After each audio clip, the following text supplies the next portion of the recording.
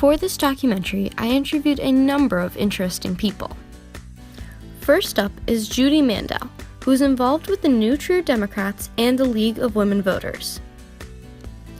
Next, we have Professor Laurel Young, who works in Northwestern's Political Science Department. She's currently working on a couple of really cool and interesting research projects. Our third interviewee is Zach Shapiro, who was the Deputy Political Director for Bob Dole in this past election. So I was the Deputy Political Director, which means I had my own region, and my job was to get out the vote in that area.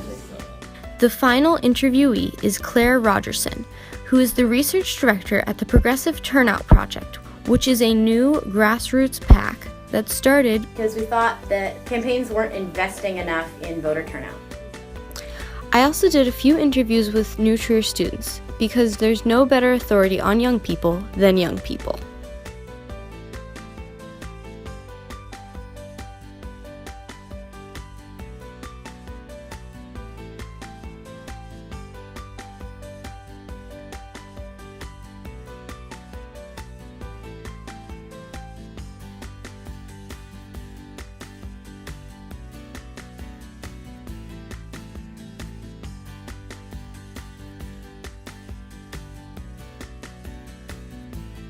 Consistently throughout history, the younger generations have always voted at a lower rate than those older than them. Take 2012, for example. Only 45% of eligible young people voted.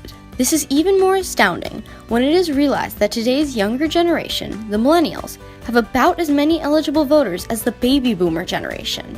This leads to our first question. Why don't young people vote as often as older generations? I understand that when you're young, and I was there too, you don't think about that way long-term, Art. You're thinking about what's happening to you right now. I think one of the reasons that young people don't vote as much is that voting is kind of a habitual process. And so when you can't vote, you don't have a habit of voting. And so you don't immediately, when you turn 18, have this new habit. A second reason would be that young people may not have fully formed views about what their political preferences are yet. Young people may not know yet where they're going to fall in terms of income and ultimately whether more liberal or conservative economic policies and tax policies may be better for them. Young people are also still kind of figuring out where they stand on other social issues too, kind of some socialization from parents and other family members, but also perhaps some pushback against that and trying to figure out where they stand. So they don't quite have those views settled yet. A third explanation, which I think would speak more to the most recent period than it would to historically why younger people vote less. So in recent years, there certainly seems to be some evidence that younger voters feel disenchanted with both political parties and the thought that neither party really represents their interests and views.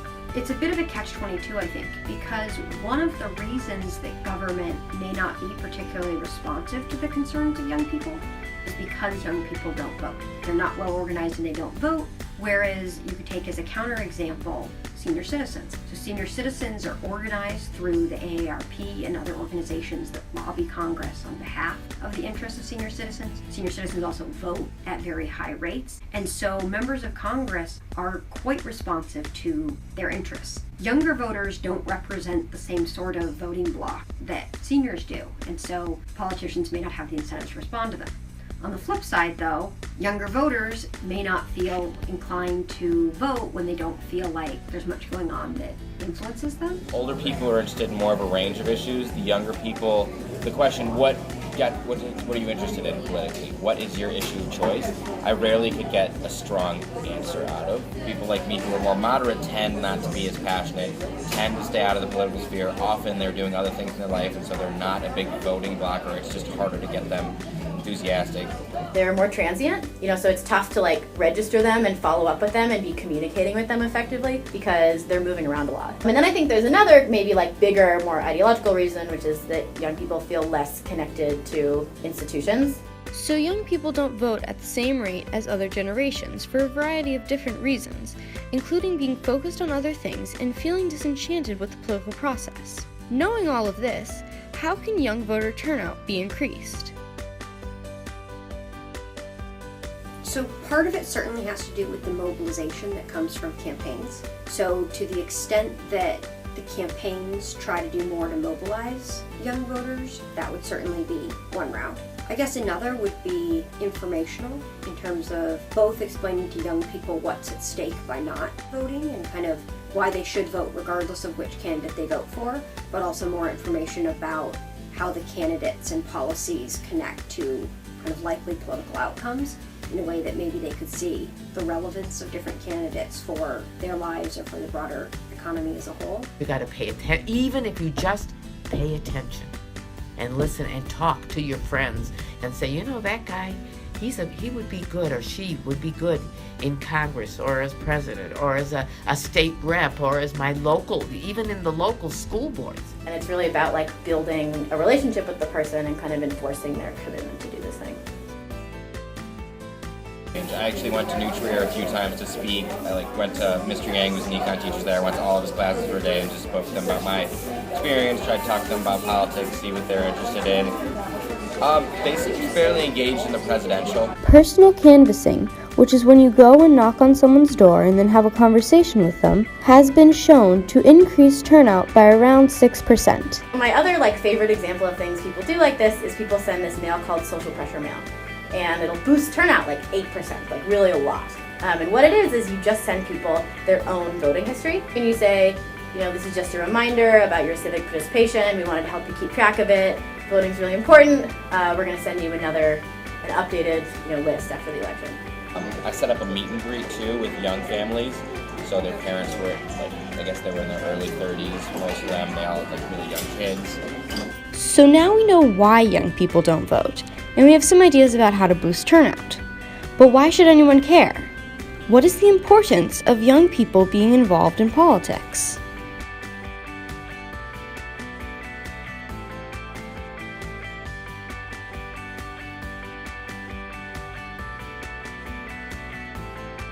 Voting is important to me because it's a right for a reason, and a lot of people neglect to exercise it, and it's actually important. As it affects us all, and these laws are sometimes very unfair to women and minorities, and I feel like voting, you have a chance to change that. Voting is really important to me because everyone has a say in this country, and I think everyone needs to take advantage of that. If we're given the opportunity to have a say in our government, who's going to lead us and who's going to make the choices that run our lives, then I think everyone needs to do that. I think that once you get a job, start to live on your own and have to pay taxes and do all that stuff, I think then it will matter. I think it's important because it's important to have a say in your opinions in the country. Right, it means a lot to me to see young people getting involved in things and looking outside because, at my point in life, I'm at the other end. And all what's going on is not going to affect me as much as it is going to affect you.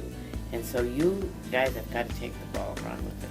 If young people don't get involved, the rich, like the Koch brothers, will decide who is running our country, what kind of life you have, who gets what. Young people are going to be around the longest to see what the future of the country does. So what happens with economic policy, what happens with foreign policy.